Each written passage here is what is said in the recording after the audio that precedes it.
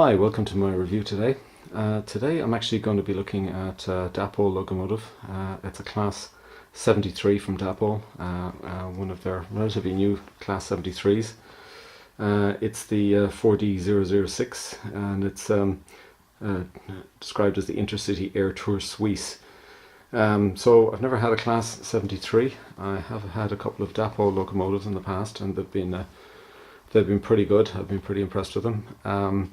I was looking for a locomotive to run with a rake of the Intercity Swallow livery Mark II coaches. So that's really the intent, the reason I got this. I have a class 47, which is more aligned with the Mark I coaches. So I wanted to get something that was a little bit more current.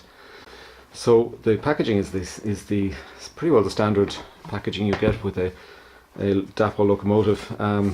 The information sheet's actually interesting up here. Normally they're not always at the top like this. Just looking through this kind of a sheet in terms of giving you instructions in terms of how to open up the locomotive, getting access to the screws, etc., to install your DCC decoder, which I'll be looking at later on and going through more detail. The normal blowouts of all the parts and the part numbers if you need to get the spares. Hopefully we don't have to go there. The warranty, which is like a 24-month warranty, there's a kind of fully covered 12-month warranty and then an extended one for 24, which is good. And they also talk about removing the cab. This doesn't come with the driver or crew fitted, so if you did want to fit it, this instruction would be quite useful actually, just to remove the cab if you want to install a driver. So I don't think I'll be doing that just yet. Okay, let's take a look at the locomotive itself. I actually think this packaging is top notch. I rate it really highly, and I'll reflect that in the summary scores. It kind of combines the best of what you get from Bachmann with what you probably, I would say, you get from say some of the other vendors like VI Trains, who have a slimmer kind of box format to this. This is really good. This little piece of extra foam here really helps when if the package was to be dropped, for example, in that direction. That foam really protects the locomotive. Otherwise what you find happens is the locomotive can break through the plastic there if it's dropped. No, heaven forbid that would happen, but if you're getting these things in the post like I tend to do, then you're glad to see that kind of protection. Apart from that, it's the kind of standard format of a kind of an ice cube type package that you'll be familiar with. There's a detailing kit in here, so there's a few detailing parts and there's instructions in terms of installing those. So I might take a look at those later on. And then there's the locomotive itself. So first off, this is a nice looking locomotive. It actually, first thing I'll say, it actually looks better than the photographs that you see. Looking at the photographs of this locomotive, it actually doesn't look quite as good as it does in real life. There's a couple of details that kind of jumped out at me when I just took it out of the box there. First of all, there's this grille effect here in the middle.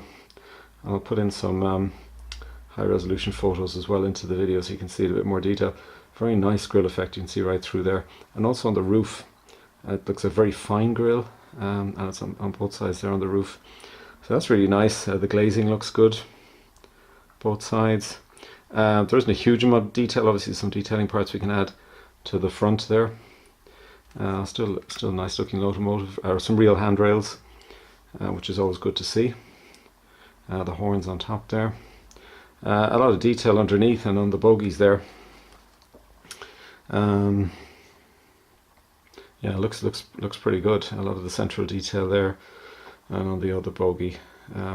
Paint job looks very nice. We'll see how that colour matches with the coaches, the Hornby coaches, a little bit later on. Well, the locomotives tend to be whiter anyway, so the coaches have more of a grey on them. And then the other side of the locomotive. Taking a look at a little bit more of the detail here. So again, a very nice grille effect here that you can see towards the front. You can see the little door handles, kind of silvered metallic door handles. We do have our spring buffers, some nice little labelling there. Got the wipers, there's a nice bar out there, an actual real little metal bar, which is always good to see. So overall, it's a pretty attractive looking locomotive. I do like the look of it. It's got good weight in it. I can see the screws there, 2 at the front, 2 at the back, so we'll be tackling those in a little while to get the DCC installed. There's kind of interesting detail here which seems to be going down quite far. This looks kind of unusual. We'll see that when we get that out. Yeah, so overall it an attractive looking locomotive. I hope that she kind of performs as good as she looks, and if so, I'll be pretty pleased with it. So so far so good. This looks like it's in line with what I was hoping for, and we'll check this guy out now. We'll get the decoder into him, and we'll get her out in the layout and see how she performs, and then we'll do a bit of a summary at the end based on that and overall assessment. Okay, thanks so far. Okay, we're going to get ready to get going here. We'll just turn on the lights and we'll get underway. So it's a nice smooth start, which is good.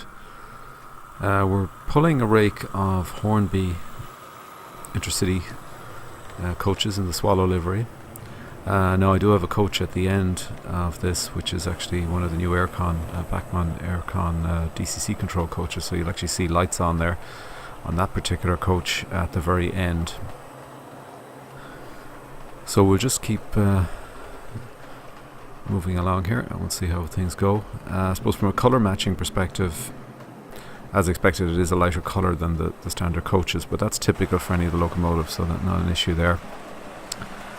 Very smooth running here, so looking to be looking quite good, and a nice little hum off the engine. And we'll gradually increase the speed. We'll do it reasonably quickly here for the course of this particular running session. I think it makes for a nice looking train with the Intercity coaches behind it. And that's the DCC control coach at the end with the lights turned on.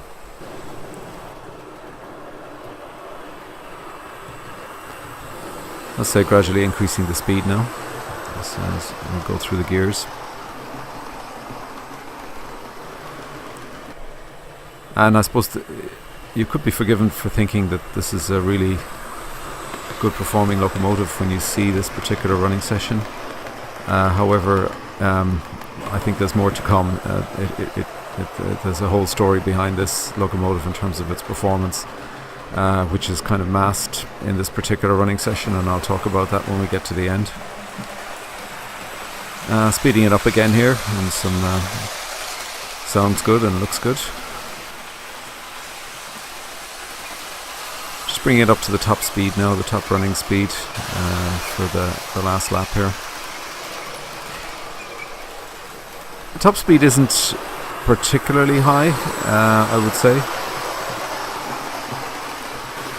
Now I'm running this off let's see, on DCC here. And I have set the speed to a maximum. I'm using a Hattons DCC controller on this particular locomotive.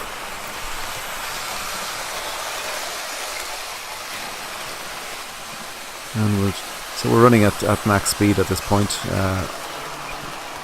I do find this with the Dapol locomotives, with the exception of the Class 22, which I reviewed recently, which is a particularly fast locomotive. It really does fly around. The other ones have seemed to be a little bit muted in terms of their top speed.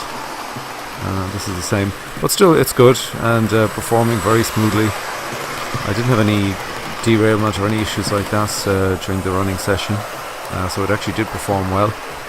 But as I said, this does hide a lot of serious defects in this particular locomotive, which I'm going to get into, and quite a few of those are on the performance side, and you wouldn't think it from this particular running session, but you'll see it from some of the additional footage I'm going to give you at the end here. So stay with this, because the story isn't quite as good as it seems in this particular session. It does, I suppose,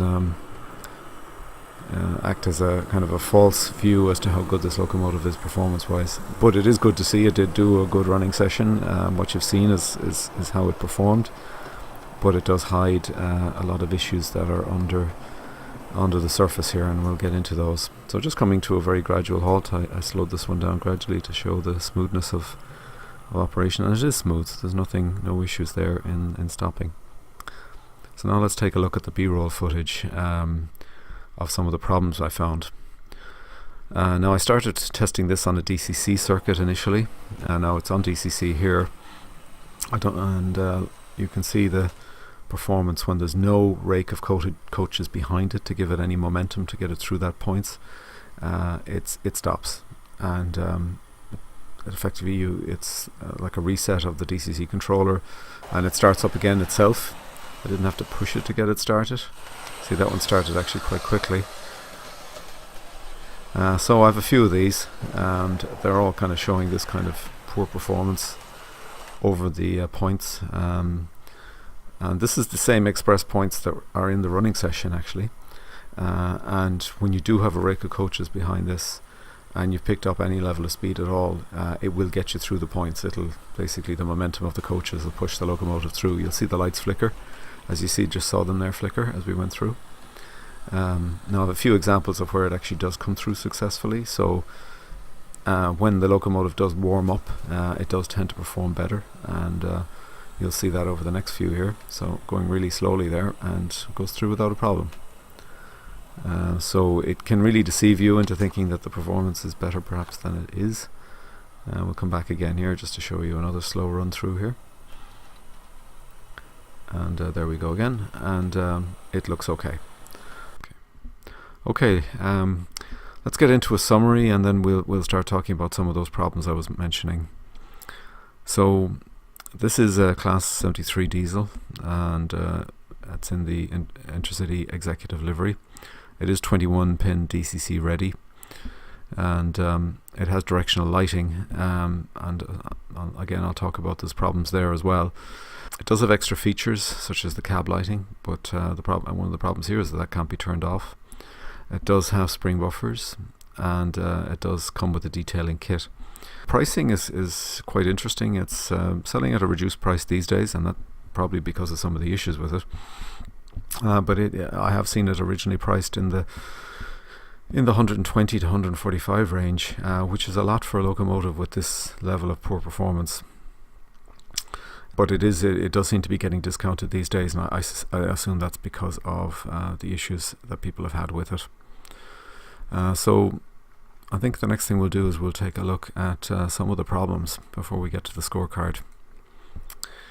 So the issues we have is really under DC. The performance of this locomotive is absolutely atrocious. When I attempted to do my initial run-in of the locomotive, my DC circuit has a lot of points and diamonds, and it actually stopped on every single one of them. As you saw in the kind of B-roll footage I had there, that's what the performance I was getting under DC, under every single diamond and point on the layout.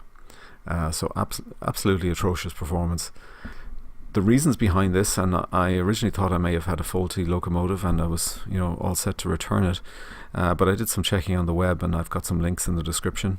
The issue is that the actual pickups, the power pickups, are actually located within the gearboxes of the two bogies, which is not a good place to put an electrical contact. You get dirt, you get oil, you get all sorts of things in there.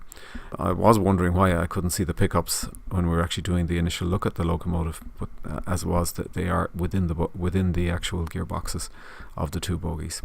So you can go in and attempt to clean them. When they're running for a period of time, it does seem to clear out anything that may be causing a poor contact, and obviously, so when you run it for a period of time, these locomotives do appear to get a lot better in terms of their performance. But once you let them cool down, you come back the next day, you're going to have the same problems again.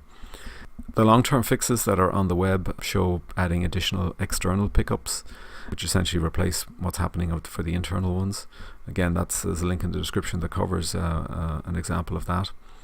And you can mask this problem by sticking on a rake of coaches and running at high speed. As pretty well you've seen in the running session that we had, it looks to be a really good running locomotive. But that's not the case, as I said, and you've seen some examples already on this video. So this performance is really poor, and my scoring will reflect that.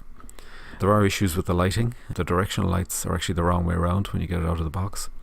Now this is quite easy to fix. You can just by reprogramming your CVs, it will actually fix that. But when you install your DCC controller from day one, you will see the lights actually coming on the wrong side, and you have to go in and change the configuration on the DCC side to fix that. The cab lights, they're always on, and there's no way of turning them on or off. And you'll see there are links on the web where people actually go in and actually just disconnect the wires because they don't want the cab lights on. So these are not good issues to have. The other more minor problem, but I've seen it on some manufacturers' coaches and locomotives, is some of the pre-installed detailing parts actually falling off, and this happened to me during the course of the review. Just surprisingly, I saw some of the detailing parts on the floor. I wonder where they came from. So they'd actually just fallen out because they hadn't been glued in properly. So all in all, this is not a good list of problems, and I'll reflect this in the final summary scoring for the locomotive. So let's get to the summary. So not surprisingly, the performance is a 2-star. It doesn't derail, and that is a positive. If we had derailment problems, this would be going down to a 1-star or a half-star. But it is really poor, and very poor for somebody on a DC circuit. And I think and some people, not everybody's on DCC. Really poor. If you do put a rake of coaches on and you run it at a good speed and you warm it up, then you can kind of overcome a lot of those issues. But certainly, if you go through some of the links in the description, you'll see people do have problems, and they do have problems over time. So I think a 2-star on the performance, it's not worth anything more than that. I think if you do fix the issues, you put in the extra power pickups, then you can probably get that up to maybe a 4-star. But as it stands, out of the box, 2-star. Appearance is good, and I give it a 4-star, and I give it credit. The various vents and grills that are on the locomotive, the overall paintwork of the locomotive, it's got a good feel to it, good looking locomotive. So 4-star I think is very fair there. The extra features are a little bit limited. Spring buffers are there, and they're always welcome, but the cab lighting, as I said, does have that problem that you can't turn it off. So that's a bit of an issue. Packaging and documentation are per pretty well all the Dapol locomotives, a 5-star, 4.5-star. In this case, really good, but obviously giving no indication of the problems that you're going to have with the locomotive when you get it out of the box. Overall, I'm giving it a 3-star rating. Some could say that's a bit generous. It is because I suppose there are some means of overcoming some of the problems, but really, in my final comments there, it is a nice looking locomotive. It has the potential for good performance, but the power pickup architecture that's in this locomotive is just not fit for purpose, and there are also issues with the lighting that are not good. So my overall summary is that this really is for fans of this particular locomotive, people who want to have a Class 73 on their layout and are willing to put up with and maybe work around the issues in terms of performance. Maybe people who are handy with the soldering iron and willing to do that. I will be taking a look at some potential alternatives. I have some ideas maybe as to how to address some of the problems without necessarily adding on the separate pickups. So I'll do some experimentation on that, and I will actually follow up.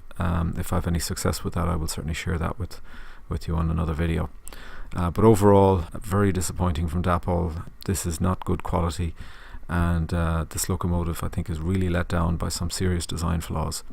And so I really only recommend this for somebody who is willing to work with and attempt to maybe do some workarounds in terms of the performance. It's not something to be giving to a beginner or somebody for the first time on Christmas Day, opening this up and putting it on their layout and finding it stops on every point. That would not be a good experience. So you have been warned. It is disappointing, and as I said, it's just a pity because it is a nice looking locomotive. It could have been so much better. This is the worst score I've given to any locomotive so far, and the worst sort of rating, but I think it's deserved, and hopefully this forewarns you. If you're still interested in the 73, I'm going to hang on to it because I now know how to use it and get the best out of it, and I am going to look at potential modifications to address the issues. And if you're in the same boat, then maybe it's good for you, and if you can pick it up at a good price as a result of these sort of defects, then well and good. Okay, hope you enjoyed the review today. A little bit disappointing, not a typical review for me.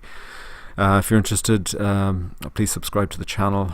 Thank you for watching today's video, and I hope to see you on one of these videos in the future. And in the meantime, happy modeling.